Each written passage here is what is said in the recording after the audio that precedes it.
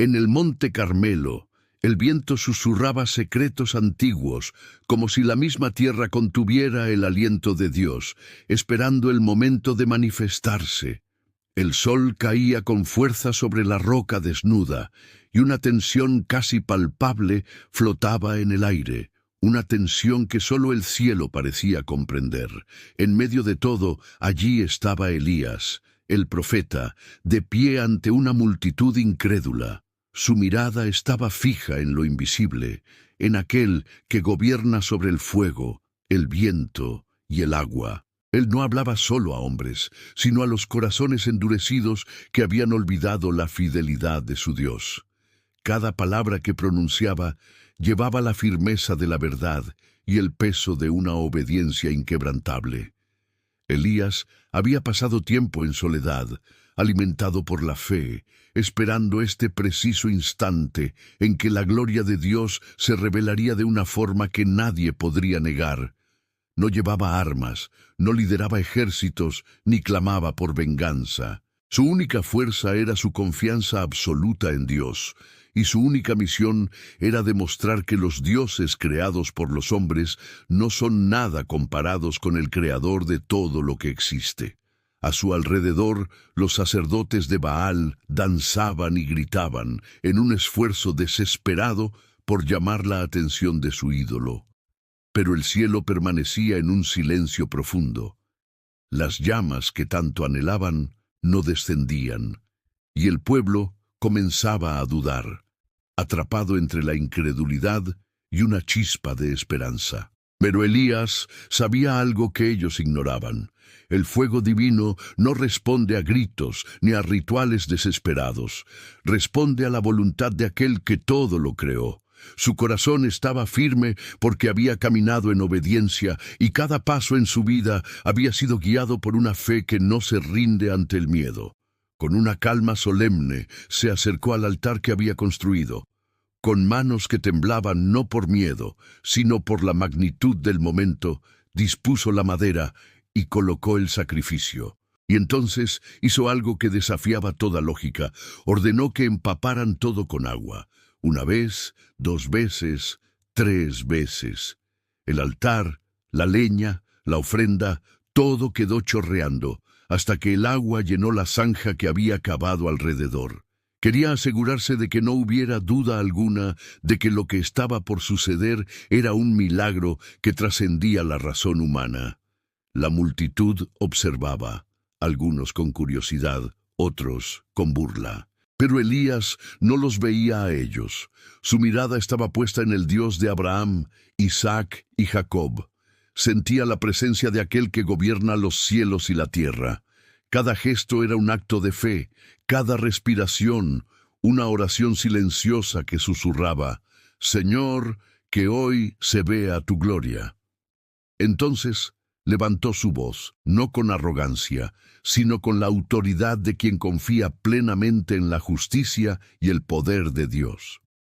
Su oración fue clara y directa: «Jehová, Dios de Abraham, de Isaac y de Israel, sea hoy manifiesto que tú eres Dios en Israel y que yo soy tu siervo, y que por mandato tuyo he hecho todas estas cosas.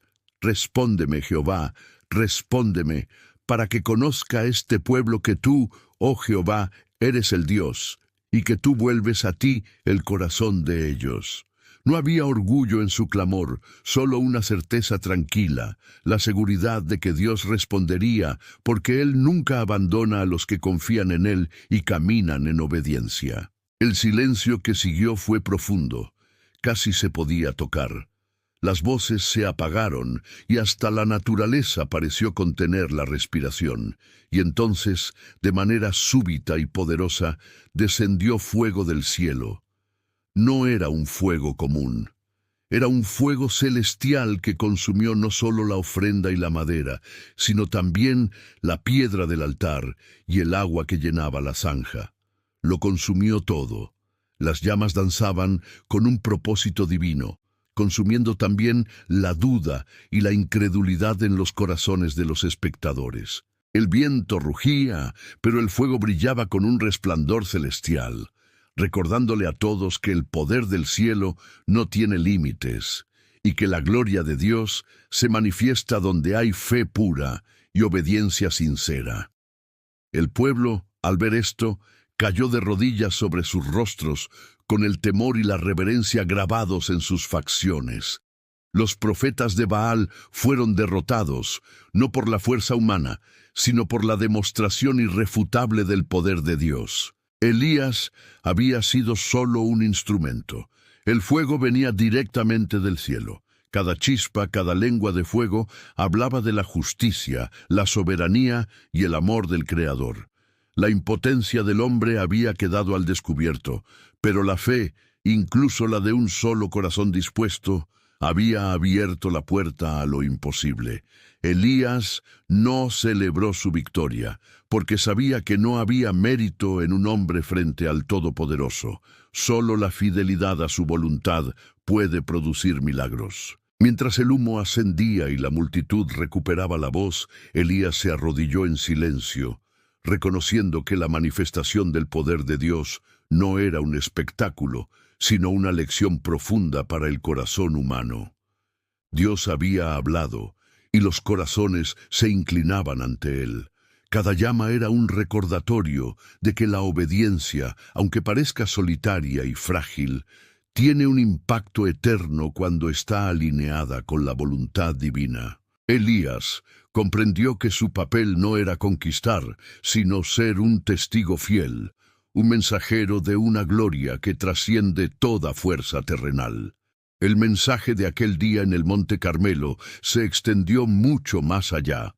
No fue solo un recordatorio del poder de Dios, sino una lección sobre cómo la fe verdadera puede desatar lo sobrenatural en nuestras vidas. Fuimos testigos de que la obediencia no pasa desapercibida y que un corazón sincero, dispuesto a confiar en lo invisible, puede ver la intervención de Dios de maneras que desafían la lógica. Elías fue un profeta, sí, pero también fue un espejo que nos muestra lo que sucede cuando nos humillamos y permitimos que Dios actúe sin nuestra interferencia. La soberanía de Dios y la fe humana no son opuestas, son complementarias, como el viento y las llamas que descendieron aquel día. Y en la quietud que siguió al fuego, mientras el pueblo meditaba sobre lo que había visto, Elías levantó su mirada al cielo. Sus labios susurraron una oración que no buscaba recompensa, sino un entendimiento más profundo.